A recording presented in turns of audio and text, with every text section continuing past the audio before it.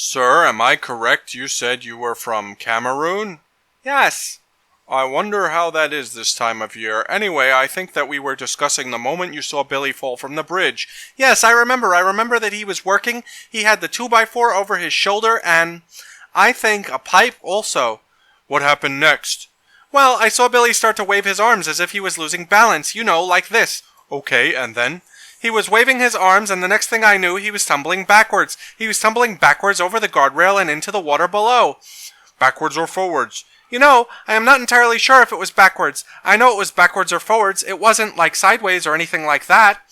And you say you saw Billy fall backwards or forwards over the guardrail and into the water below? Yes, that's true. So about how high was this guardrail that you saw Billy fall over? Well, I am not an expert, but I would say it was about 3 feet. Maybe it was 2 feet. I am not very good with measurements. Was it half or more than half of Billy's height? It was less than half of Billy's height, I am sure about that. Did it reach up to Billy's knee? No, I am quite sure it didn't reach up to his knee. It was so short, and I think that's the reason he fell over it. It tripped him. So would you say he tripped, slipped, or something else? I would say it was a trip. Yeah, he was waving his arms, and then he fell right over the guardrail. I think that qualifies as a trip. Did you hear anything after Billy hit the water? Did Billy hit the water? Yes, he did. I heard a splash. After you heard the splash, did you hear anything else? Did you hear Billy do anything or say anything? I have thought about this, and I am quite sure that I heard Billy calling after that. I was pretty sure I heard him yelling, "Help! Help me, please!" And after you heard Billy yelling for help, did you hear anything after that? Yes, as a matter of fact, I heard the other workers rushing over. I heard them rushing over and scrambling the life-saving equipment from our shanty. What is that? What did you just describe? A shanty. It is like a shack. It holds all of our tools and safety equipment. It even has some stuff stocked away like first aid in case of extreme emergencies. Is that because bridge building is dangerous work? It can be. The main structure of the bridge was done and safe. Our job as subcontractors was just to polish our portion of the work and finish the thing. So the structure of the bridge was ready, but not the guardrails? Exactly, not the guardrails. When you were on the site, the job site, from November 8, 2019 until July 30, 2020, did you ever experience or attend any toolbox talks or safety meetings? Yes, toolbox talks. Just to go back, can you describe a toolbox talk in general terms for the jury?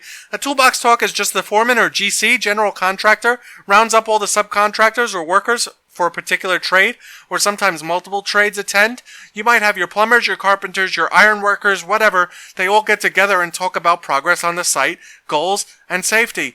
Occasionally there will be a site inspector or safety supervisor going around doing checks. We're encouraged to speak to them regarding any concerns we have or bring them up at the next toolbox talk. So let me break this down a little bit. A toolbox talk, as you described it, is like a general meeting for workers. Yes. Is it mandatory to attend toolbox talks? Usually. Is it customary to sign an attendance sheet when you attend a toolbox talk? Not only is it customary, it is mandatory for all workers in attendance to sign the sheet. What might happen if you do not sign in at a toolbox talk? You might receive a write-up or reprimand. I guess you could even get fired. You said you guessed. Is that something you know, or are you speculating? I am speculating. I can't say for sure. So this bridge, can you describe its structure for me more fully? It's big. It has archways like the Golden Gate or Verrazano. I'm pretty sure that when the guardrails are completed, it will be among the safest bridges in the whole country. How long did you work on this project? Me personally, I left at about the time you said earlier, July or maybe August 2020. And when you left in August 2020, was that because of any particular problem or reason? Did you just get tired of the job, or was there some other reason you left?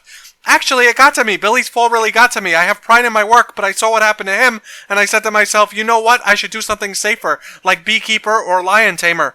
That's very funny. The record should reflect that was a very funny joke, but seriously, is there any reason you left the bridge site project in or around August 2020? It was really the stress. It went from a very relaxing workplace to one that was full of stress and backstabbing. People were cruel, and I didn't enjoy my work anymore. Is that because people started to point fingers and blame one another after what happened to Billy? Exactly. You must have talked to some other workers from the site already. That's exactly what happened. Everyone was upset. They was like not cool with what happened to Billy. Did you ever speak to Billy after his accident? No. Did Billy survive the accident? Yes, I think so. What makes you think that Billy survived the accident? Actually, I'm not sure. I just know a few of the guys, they was talking after the accident, and they said he was in stable condition. Did they talk about Billy a lot after the accident? I'm not exactly sure because I left so soon after. I was not on the job long after that. If you had been in the job, let me rephrase that. Was a harness required on the job site? Yes, actually. Was Billy wearing his harness at the time that he fell from the bridge? No. If Billy had his harness when he fell from the bridge, would he have hit the water? I don't know.